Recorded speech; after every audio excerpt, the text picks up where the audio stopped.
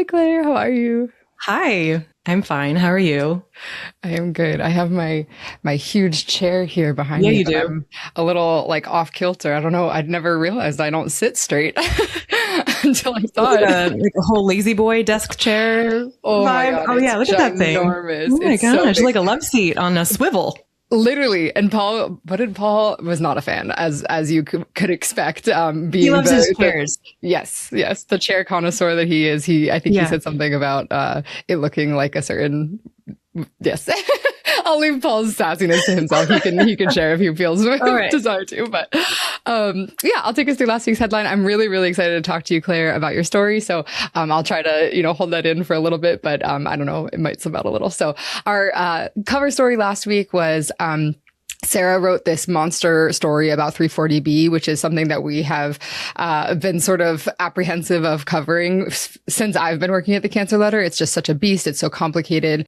And Sarah really took it on and really broke it down. There was a new CMS, a set of actions from CMS that changed the reimbursement structure and the reporting requirements of the 340B program. And it just caused this uproar and sort of this rehashing of this conversation because the main argument is that people, some groups feel that there is, quote unquote, rampant waste, fraud, and abuse in the 340B system. But obviously, it's intended to help safety net hospitals be able to have sort of that like discounted price structure so that they have a little bit of wiggle room with money to support uninsured and people who need a little bit more support. So really cool story. I still don't feel like at all an expert, even after reading the story, but because there are just so many different perspectives. But if you want sort of like a almost like a textbook or like just a document to go back and refer to, the cover story last week is really, really good for that. The second story, which is what we're talking about today, why we have Claire on the podcast, she wrote a story. I'm just going to read the headline for now because the temptation to go into it is too much. The headline was Hegseth, orders testosterone testing for troops as FDA moves to loosen TRT prostate cancer warnings. So we will get into that. But we had two really powerful guest editorials submitted articles. One was a guest editorial by Christine Berg, who's a clinical advisor, I believe. Apologies if the title is a little bit off, but for the Susan Wojcicki Foundation. Another apology, I've never heard that pronounced out loud, the limitations of being a print journalist. So if I'm mispronouncing that, please forgive me. But it was a really incredible story where, this foundation, it has its really interesting, unique sort of origin story of being related to, Google and YouTube CEOs and, lending out their garage to these people, like just really cool lore in sort of the tech space. But they're entering into early lung cancer detection, the world of early lung cancer detection and screening. And it was a really, really interesting conversation, sort of after the introduction of the foundation. After the article introduced the foundation, the Dr. Berg really went into detail about how low-dose lung cancer or low-dose CT as a lung cancer screening has been sort of approved or recommended by USPSDF for very high-risk groups, which in that case is people with a history of heavy smoking, but that unfortunately, as smoking rates really go down, and there are these different demographics with different risk factors that are now popping up that have higher lung cancer rates or might be at high risk for lung cancer, that those people are really getting missed by this current sort of screening paradigm. So it was a really, really fascinating.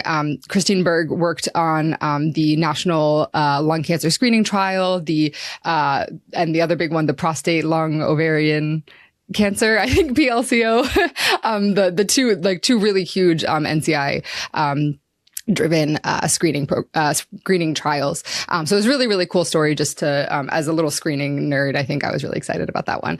And then last thing, I know this is really dragging on. I don't know why I have so much to say about these stories for last week. But we had this incredible obituary for Gary Morrow.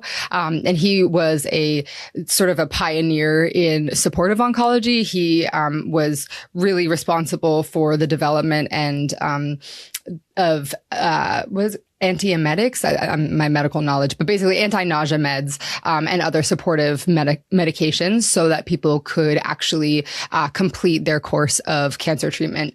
In that case, it's, chemotherapy, things like that, so that they could actually complete it and therefore have the, hopefully the efficacy, maximized. And that story was just so beautifully written. It was written by a science writer at Wilmot Cancer Institute, where Gary Morrow was employed.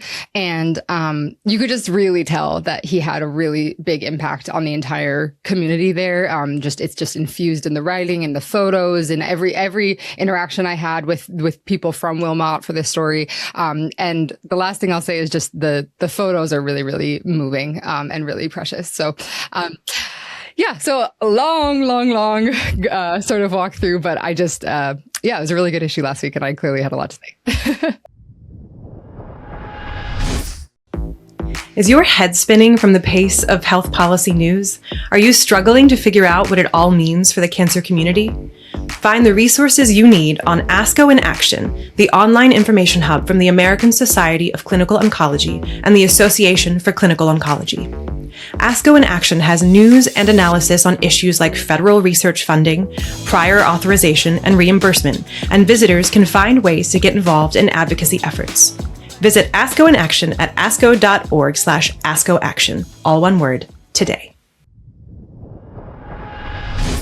But Claire, if you, obviously I was light on the sort of backstory of your story. Do you want to maybe give us sort of the elevator pitch, or as long as you want, clearly, for your story? Yeah, I'd love to. And I also wanted to just shout out to Katie for kind of putting this story on our radar. I'm glad I got to report it. And I feel like last time we did the podcast, or maybe I feel like when you and I are on the podcast, we're always kind of talking about this like really niche, kind of like cultural, like manospheric thing, which is kind of fun. I don't know.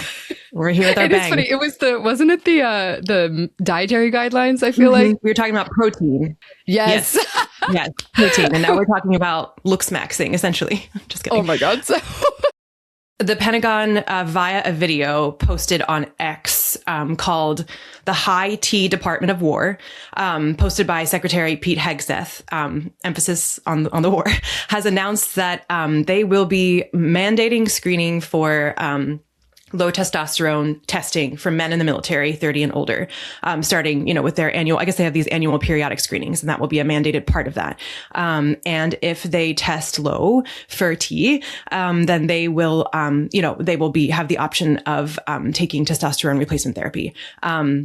Men under age 30 can voluntarily also choose to get the screening for testosterone. And then at the same time, the FDA has announced that it will be loosening safety warnings on the labels for TRT.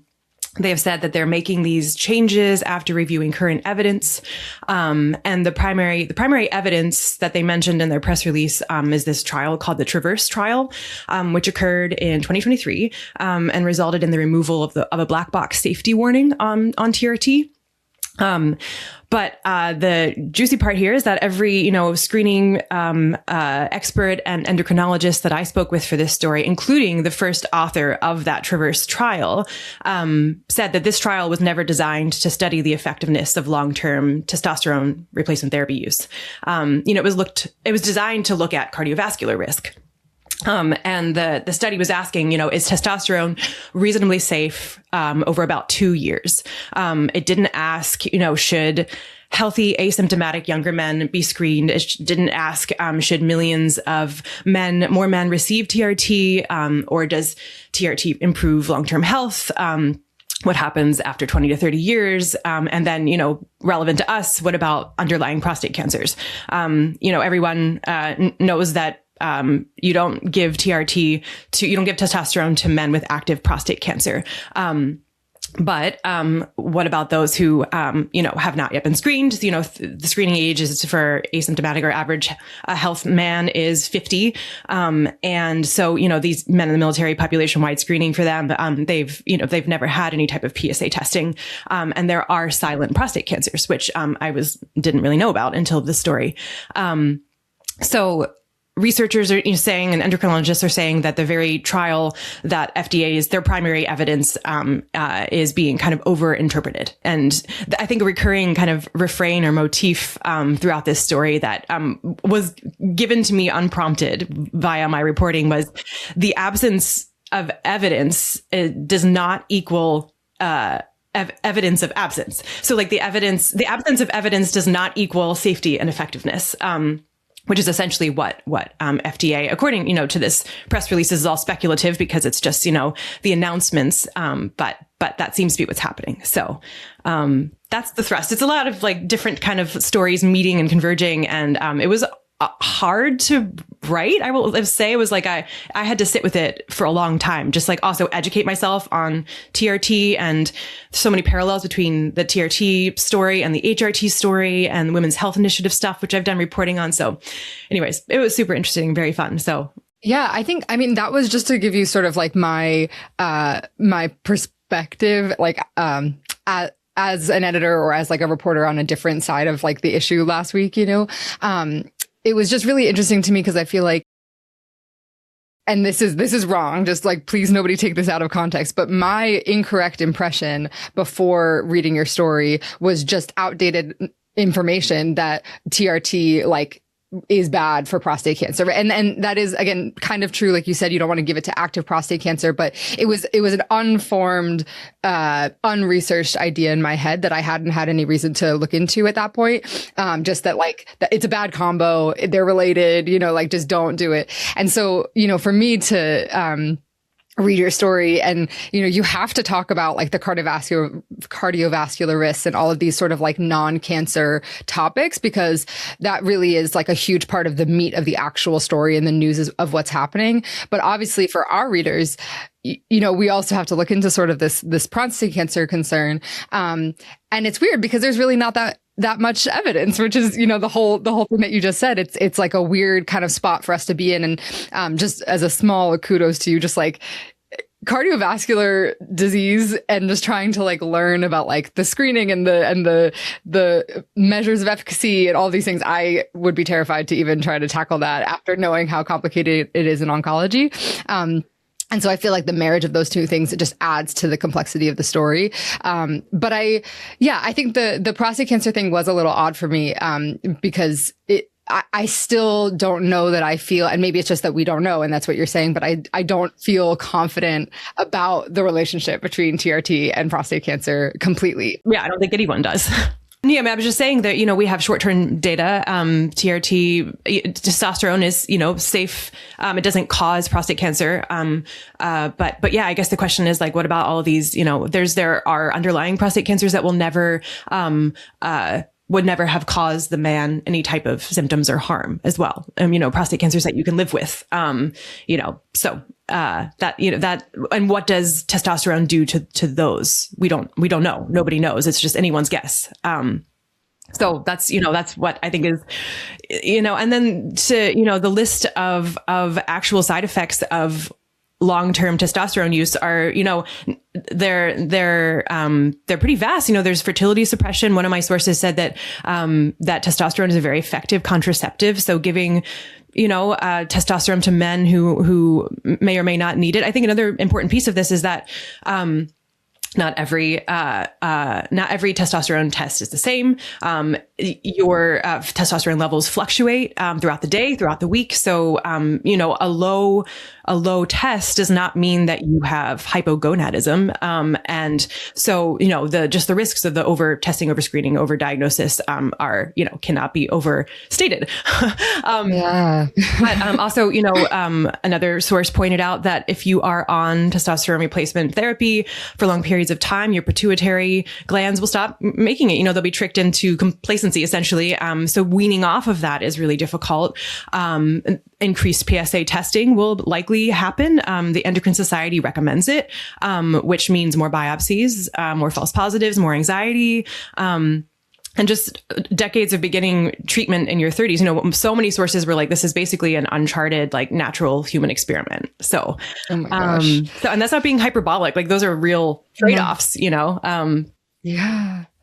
And it is weird. I mean, I know only because this is the podcast do I bring this up. And, like, again, that's the big hedge here. But, it's like as a consumer of media, take the cancer letter out of it. It's like, it's such a thing right now, the testosterone, like all of these. And I don't know if it's technically manosphere. Like, I'm not really clear on actually what the definitions are and all that. But I've seen it in a lot of like, the podcasts and like the Diary of CEO and Joe Rogan, like all like that sort of genre. And it's, it seems odd to me that, it's just such an unfortunate thing where testosterone is such like, it's really catching on to this moment where it's like hypermasculinity, Department of War, having, and I mean, the words that Hegseth was using were like, what was it like? And war fighters, warrior, optimizing war fighters. It's and I mean no mention of women in the military, by the way, who also could benefit from testosterone technically. I mean, or even just like. Yeah. So it feels very much like this isn't just about medicine. This is about culture and. Yes. We've been hearing, for biohacking and like declining testosterone and male vitality. Those are all, it's a cultural thing. And now policy is kind of beginning to reflect that. Yeah. Yeah. And it is really freaky. I mean, I'm not going to say too much because I don't want to sort of like give it away, but I feel like, and not even just me, like I feel like you, me, and Sarah are all sort of working on big screening stories, right? Like it's cancer screening stories, and it's really intense, sort of counterintuitive and weird and sort of like utilitarian world. It's a tricky thing, and so just to see this, like. Outside of that, like the 30-year-olds, like, I don't know. It's just, I feel like it's going to, it's because of our positioning and where our reporting is right now. I feel like this seems all the more like, shocking maybe is like a little bit too strong of a word, but you know what I mean? Like, wow. Surprising. Yeah. Notable. I will say, I do feel like the whole, we talk a ton about overscreening and the risks of overscreening and overdiagnosis at the cancer letter. But before the cancer letter, this is like not something that I was really aware of. Even as a health reporter, I was always kind of reporting more from the patient point of view, or like the specialist point of view, and the personal point of view, where like, I'm a hypochondriac, like give me all the tests. I would rather know everything and have anxiety than be blindsided, but that is just that's not how like health works. That's not how policy should be made, and I think something I've learned over the past 2 years being here is that medicine has this really long history of finding diseases that people don't actually have. And when you test lots of asymptomatic healthy people, you will inevitably create false positives. So it's like, I think one of my sources was like, are we diagnosing illnesses or are we creating patients? Which is something I think about a lot. And it's hard to, from a personal perspective, like I feel like a chronic patient, or like I want to be a patient. I want, put me in an MRI. Like I just want to know, yes. Full body scan. Like just give me the clean bill of health. I think that's what it's, I mean, and I'm really getting on a tangent here, so I'll cut myself off too if I go too far, but I think that is, and I might have even told this anecdote on the podcast already, which is it's going to start happening more and more, I think, if I keep doing the podcast long enough. But, I just have such a core memory for me in like my undergraduate biology degree, where, it was a precision medicine class. And, the idea was posed to the whole class of like, if there was a test that could predict I think it was in the context of the Huntington's, genetic test. But it was the question, I think, was Alzheimer's at the time. It was like, if there was a test that could predict for 100% accuracy that you were either going to get Alzheimer's or not, like take sensitivity and specificity and like the actual performance of the test out of it, just like, would you want to know, knowing that we can't do anything about it? And obviously that's, I think, a little bit different because, Alzheimer's is like in this hypothetical situation, it's like a far future thing. You could prepare for it. Like you could live your life differently. Like there are all of these, sort of things that go into it, but the main like sort of logic, and I felt really strongly at that point in my life in college, I was like, I want to know, you know what I mean? Like what you said is like, I want to know, I don't want to, like, this is a silly example, but like, I don't want to go be an investment banker and spend my entire life, like doing something really hard when I'm, you know what I mean? Like it would change my calculus of how I want to live my life. And I felt like that was important. But I think, and that was sort of the most of the conversation at that point. There were some other interesting like ethical questions about like like 16-year-olds and you know what I mean? Like all of these other things. But now, like you're saying at the cancer letter, I think that, and this is very specifically within the context of cancer screening, but I think it does extend a little bit further into just screening in general, but I'm just not as confident. But the idea that, the knowing or not knowing is not the only consequence. The anxiety is not the only consequence. There are actually like potential health outcomes that could come from overscreening. And I think that's sort of the missing link of like, there could be harm introduced that was not necessary, like, and that's sort of the thing that I learned that changed or shifted, maybe not changed, because I definitely still have that. Like I definitely still have that like desire to know, and I think that that's like a little human for whoever has that that drive, that instinct. I feel like that's really hard to just like eradicate. Sure. It's also kind of a luxury. Like I'm saying these things from a point of like I would say health privilege. Access to medical care and good insurance, and I'm also don't have any chronic health problems as far as I know, or, scary family histories or, just to be like, oh, just tell me all the stuff, I think Dr. Brawley, not to bring him into every single conversation, but we've talked a lot about this, about how, there are limited resources, so someone like me, who doesn't need to be getting all of these, I'm not saying that I'm doing this, but, my brain would love to get all the test me every morning for cancer, to make sure nothing changed since yesterday. But, that's it becomes a health equity issue pretty quickly. And that's, the mammography conversation that we've been having over the past couple of years, and prophylactic mastectomies. And, those are real things that have happened to real people. And unnecessary ones, I'm saying, but, and then unnecessary biopsies would be a side effect of this situation in this population. And, so, there are real harms. I might not be subject to them or feel like I'm subject to them.